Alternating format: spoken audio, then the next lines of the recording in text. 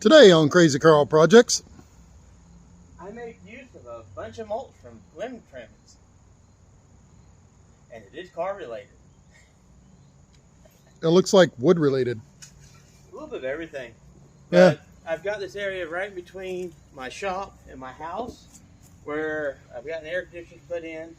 They've had to dig up sewer lines multiple times, and the spots where I've cut the grass away here and the few spots right here, I'm going to cut grass away. It's the only place grass will grow, and it's a mud bog every time it rains. So I've decided I've got a temporary carport that I'm going to put up in here and see how it works.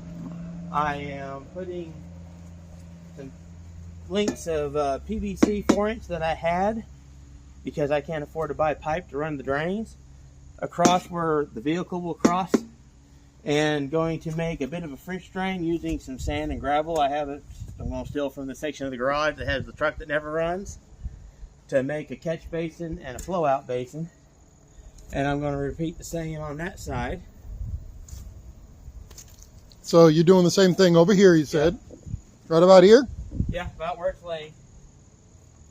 So all right. There's a catch basin, flow out basin, so I can stop having the mud bog. Now this side I may or may not do.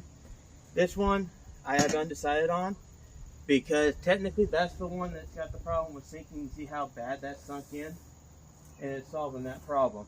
Okay. This one, I'm going to put that on. I may end up doing something a little different over here on just trying to get the flow, because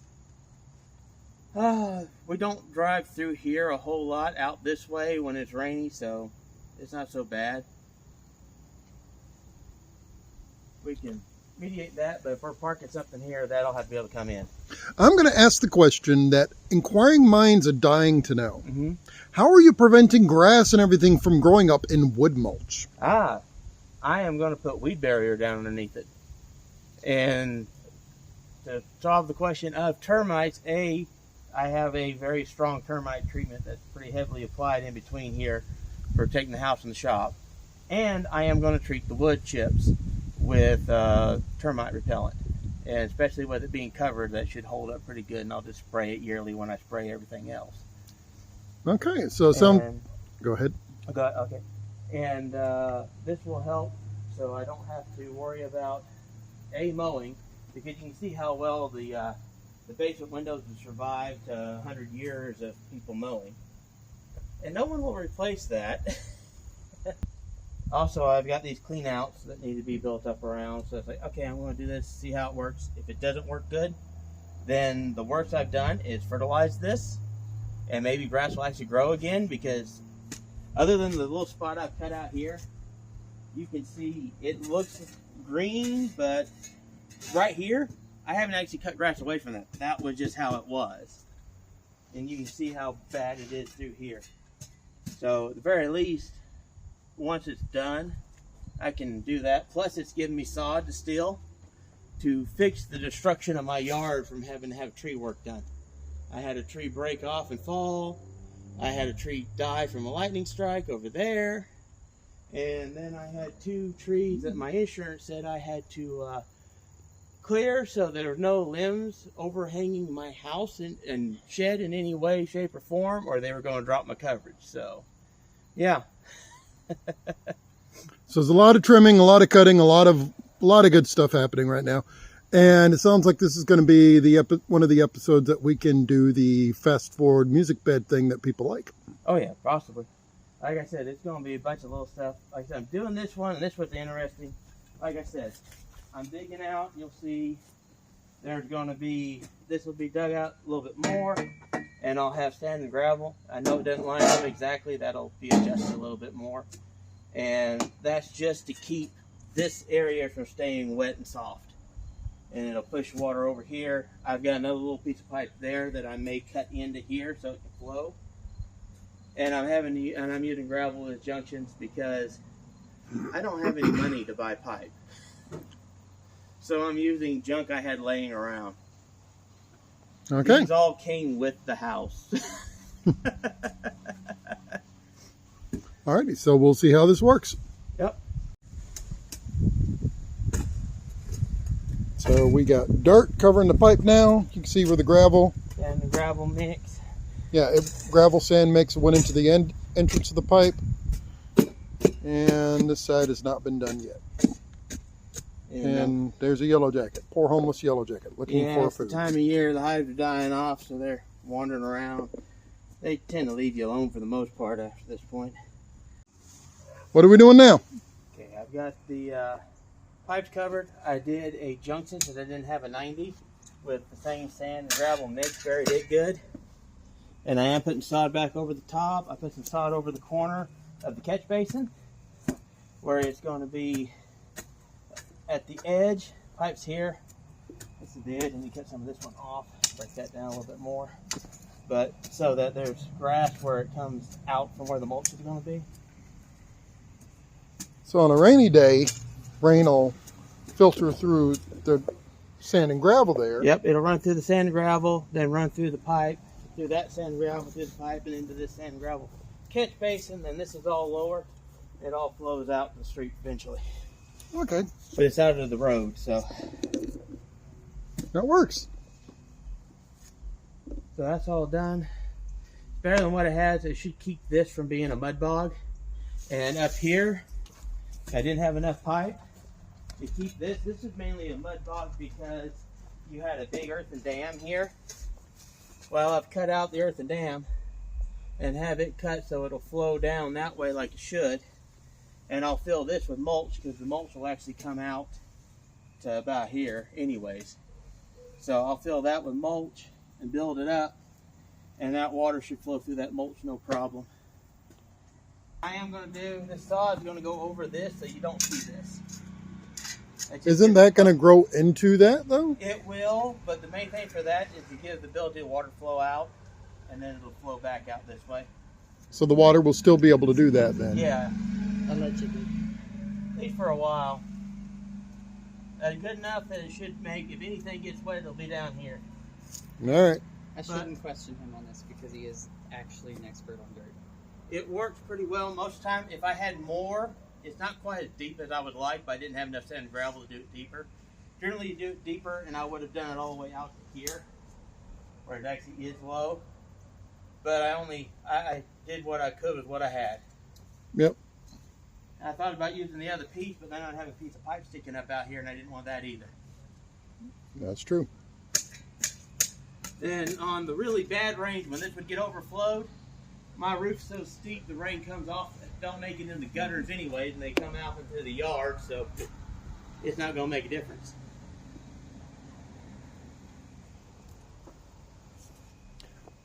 I'm more interested in the asparagus tree or whatever you got growing there. Yeah, I got to cut the pink silk tree that's coming out again, get some brush killer. The rest of it's just asparagus bush from where my asparagus is, which needs moved. I do intend to relocate that eventually. You need to put the asparagus over here where the mint was. I'm actually thinking I'm going to put it down where I was planting the grapes on that slope. And I'm going to use some of this wood mulch down there too. And a little bit of that fabric. And have it so I don't have to mow that entire bank. That is all way down there, which you can't even see on this camera, but there's trucks down there.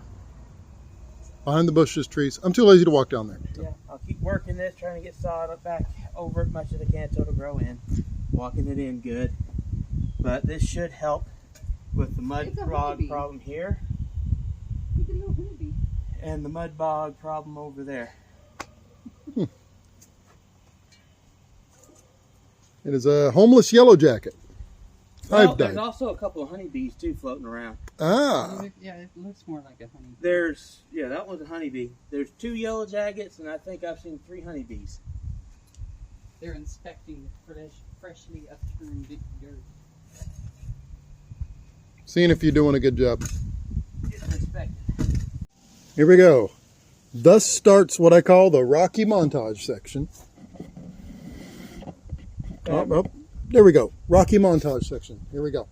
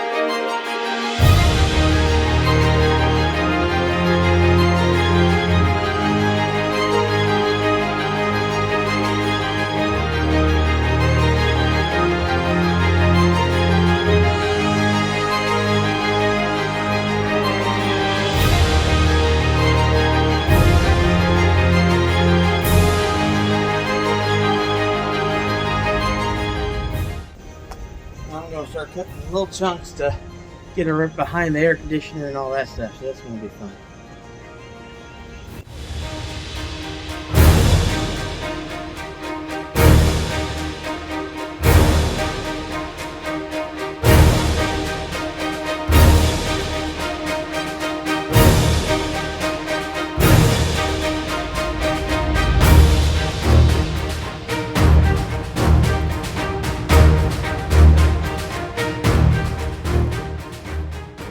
Well, as you saw earlier, I was working on getting this, and I talked about doing a carport. Well, after I got all this laid out, and I actually parked something here, I discovered with the new air conditioner units, there's no room to get by anything other than the Kia parked up against the barn, or against the shop. So, it's a good path for the Kia, and it solved the mud problem. It has solved the mud problem.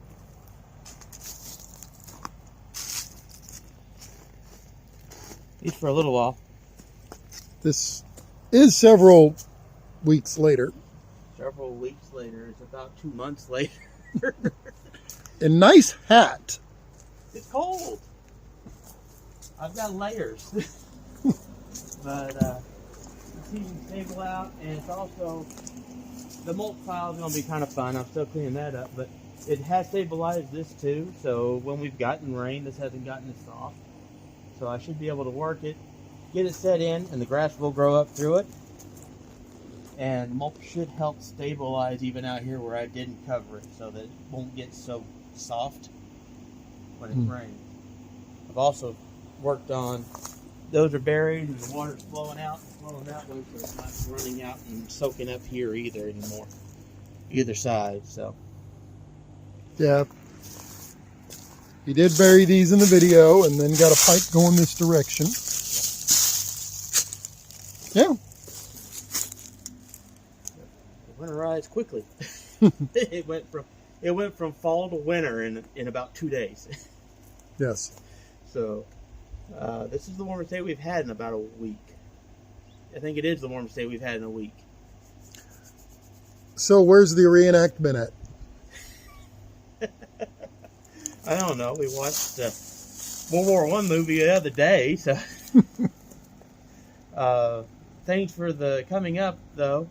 I do have a thermal clutch for the engine fan for this, and we've got a bunch of stuff to overhaul. The Riata. I'm going to do a fan belt bypass for the AC on the 044 Taurus, because in all honesty, it's not worth replacing the air compressor right now. I've got a head gasket for the Subaru for the passenger side. That will probably get done unless someone buys it before then. It'll probably get done. Oh yeah. And what else do I have? And we're going to try some oil treatments on the two 200,000 mile range vehicles we have, and see what different ones do, what comes out, what if it does anything to help the engines. Yeah. So that's what we have on tap for the coming months, if weather allows. If not, you'll be getting a lot of driving movie reviews, because we're in God's garage out here. I've got the shop cleared out so that we can show that too. I've got the shop almost back to be the shop, and I have a lawnmower project that'll go on there. Technically, it's a vehicle. Yeah. But it's a Yazoo mower that's a transaxle, stripped gears, and I got a different transaxle to try on it because I can't get a replacement for a reasonable amount. Because apparently they're used in racing lawnmowers, so if you get a new one, they're $2,000, $3,000. Well, and I don't want a racing lawnmower, not right now. This Yazoo ain't worth $2,000 or $3,000. No, but that's not an insult. It's really what it is. It's a Yazoo. Yep, it's a Yazoo. But I've got a new transaxle for it sitting under there.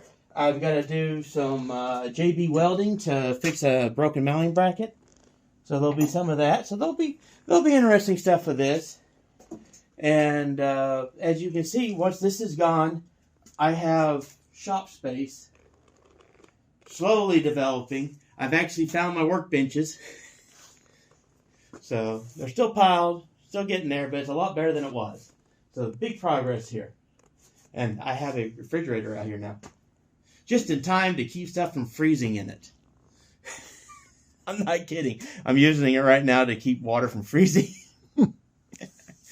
But it is water for, it's distilled water for coolant, so it's staying cool. Mm-hmm. But yeah, so it's coming along. I've actually got a shop, got a workspace again. It's getting there. I'm debating back and forth. There is a double drum stove under all this stuff, and once upon a time it had a chimney going out. I'm debating rerunning the chimney and using that for wood heat. I'll put a oil heater in here too, but that would be good to start up, get the thing warm, and then the oil heat would keep it warm while you're working it. So I'm not using the kerosene heat the previous owner used. Can't stand a kerosene heater. I'm going to suggest you don't do wood heating because this is you and the garage will burn down. Well, as long as your car's not... I promise I won't light it with your car parked in here.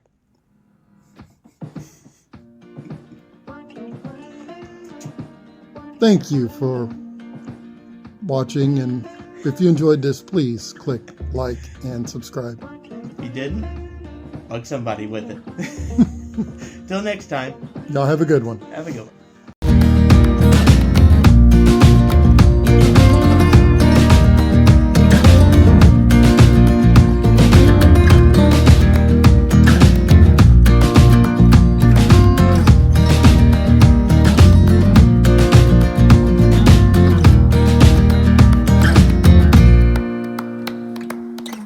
So long.